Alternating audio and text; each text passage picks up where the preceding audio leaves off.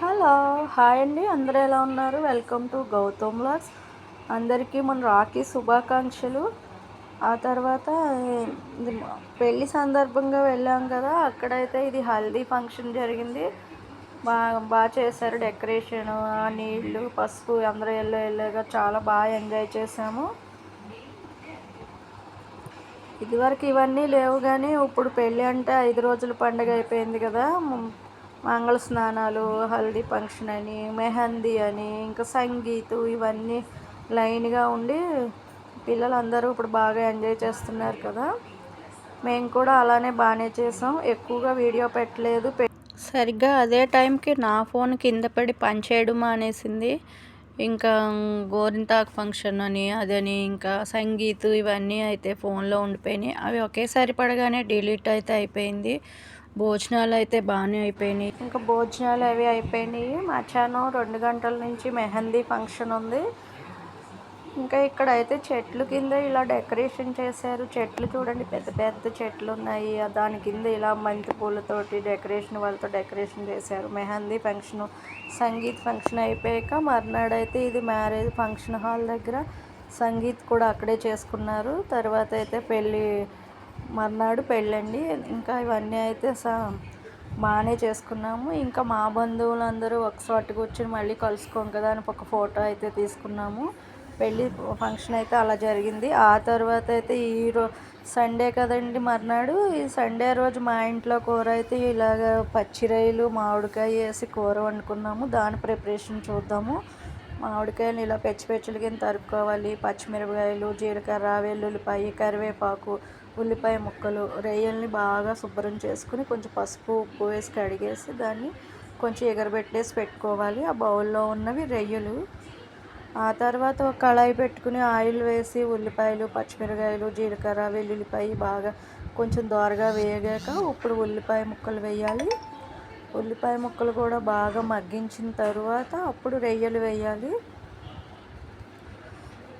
ఈ కన్సిస్టెంట్ వేగితే సరిపోతుంది. ఇప్పుడు ఉల్లిపాయలు వేసేద్దాం. ఉల్లిపాయలు వేసాక కొంచెం ఉప్పు వేయాలి. ఉప్పు వేస్తే ఉల్లిపాయలు తొందరగా వేగుతాయి అంటారు కదా, అందు గురించి కాస్త ఉప్పు వేసేస్తున్నాను. దాన్ని బాగా మగ్గబెట్టిన తర్వాత రొయ్యలు వేయాలి. రొయ్యలు వేసిన తర్వాత ఒక కారము, పసుపు వేయాలి. దీంట్లో మసాలా అక్కర్లేదు.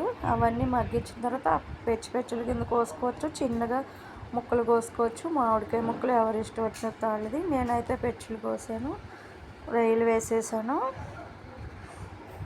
తర్వాత మామిడికాయ ముక్కలు వేసాను, కారం అన్నీ వేసాను. ఇది కొంచెం మగ్గించాక కొంచెం ఎసరు పోయాలి. ఎసరు అయితే ఎక్కువ పట్టదు, ఒక చిన్న గ్లాస్ అయితే సరిపోతుంది. మామిడికాయ ముక్క మరీ పేస్ట్లా అయిపోతే బాగోదు. ఈ కన్సిస్టెన్సీ వచ్చే వరకు ఉడికించి తీసుకోవాలి. చివరికి కర్రీ అయితే ఇలా వస్తుంది.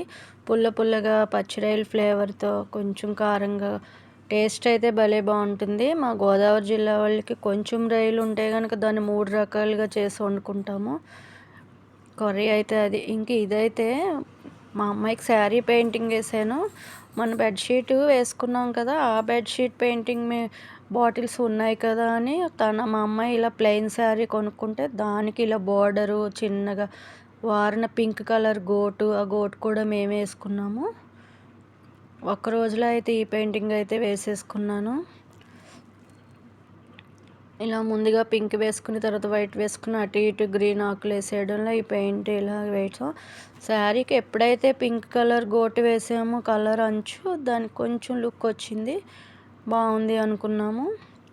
ఇవి భీమవరంలో కేకే షోరూమ్ పెట్టినప్పుడు ఇవి ఆఫర్లో పెడితే కొనుక్కుందంట. ఒత్తి ప్లెయిన్ చీర ఏం బాగుంటుందిలే అని ఇలా సింపుల్గా బార్డర్ వేసి చిన్న రోజెస్ బడ్స్ లాగా వేసాము.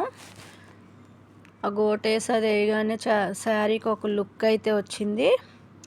చూడండి ఇలా వచ్చిందన్నమాట. పళ్ళుకి అయితే కొంచెం ఒక మీటర్ లెక్క కొంచెం ఎక్కువగా వేసాము డిజైన్ అయితే.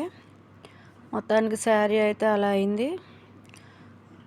4వ శుక్రవారం కట్టుకుంటానమ్మా ఈ శారీకి అని ఆ అమ్మాయి అయితే సంతోషపడి నవ్వుకుంటుంది. ఇంట్లో ఎప్పుడో ఖాళీగా లేకుండా ఏదో ఒకటి ఇలా చిన్నగా చేసుకుంటుంటే మనకు కూడా బ్రెయిన్ అంతా ఒకలాంటి ఆనందం కలిగి ఉత్సాహంగా ఉంటాము. ఏదో ఒకటి చేసుకుంటూ ఉంటే నాకైతే అలానే అనిపిస్తుంది. డల్గా ఉన్నప్పుడు ఏదో ఒకటి మొదలు పెడతాను. ఇంకా వాళ్ళకి ఇదేనండి. షేర్ చేయండి, లైక్ చేయండి, కామెంట్ చేయండి. Thank you. బాయ్.